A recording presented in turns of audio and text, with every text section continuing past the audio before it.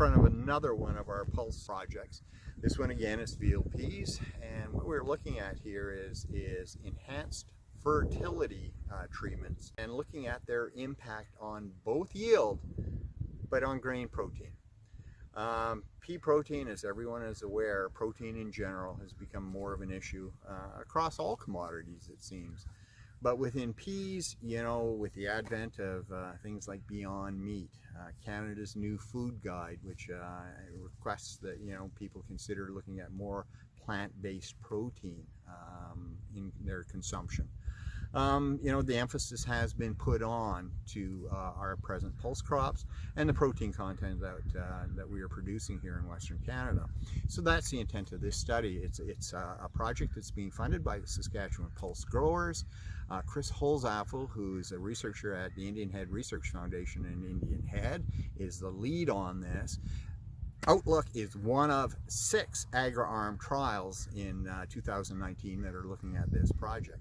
Those locations are Swift Current, Scott, Melfort, Yorkton, Indian Head, and Outlook. So what we're looking at here is seeing whether we can move the protein content in particular and yield. I mean, if we can get both, it would be a bonus. But what we're looking at is higher levels of what may be typical in terms of fertilizer applications. And the fertilizers, the nutrients that we are looking at in specific here are nitrogen, phosphorus, and sulfur. Now, give you a bit of a background, we've got some absolute control checks in here that have no fertilizer whatsoever.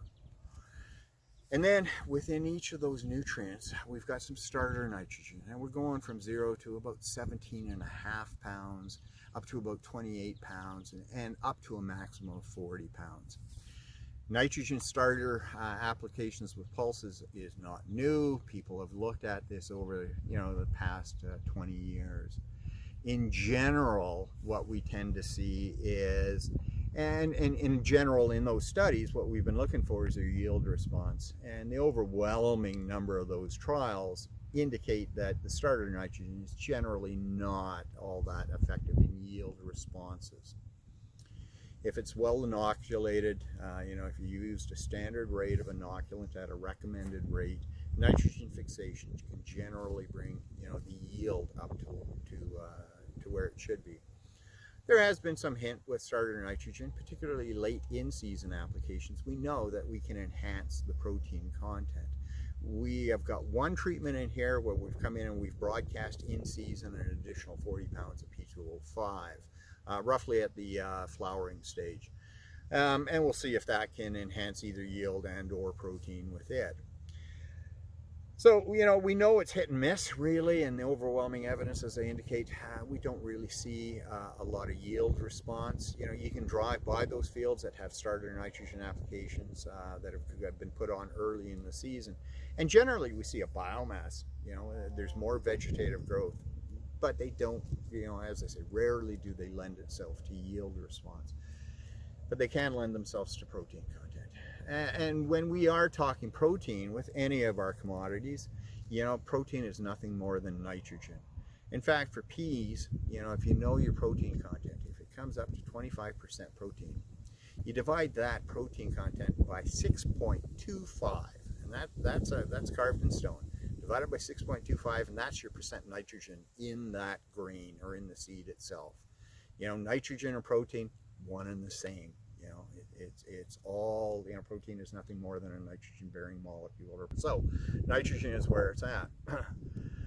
We're hoping to see if we can move up with a little bit of starter nitrogen. I'm not seeing huge responses in here right now to our nitrogen. Let's talk about phosphorus. What we've got in here are rates of 0, 40, and 80 pounds. And Joel is panning across some treatments here, and you're looking at the 80, and he's swinging over towards the middle plot right now. That's no phosphorus whatsoever, and beside it we've got 40 pounds. And I'm hoping that this will show up, because these are responses. We are certainly seeing a phosphorus fertilizer response, or a response to the phosphorus fertilizer that we've been putting down. Soil test here is about 10 pounds of available P, which is on the low side. But I've got to say, in 40 years of research, this is one of the most striking phosphorus responses that I've seen.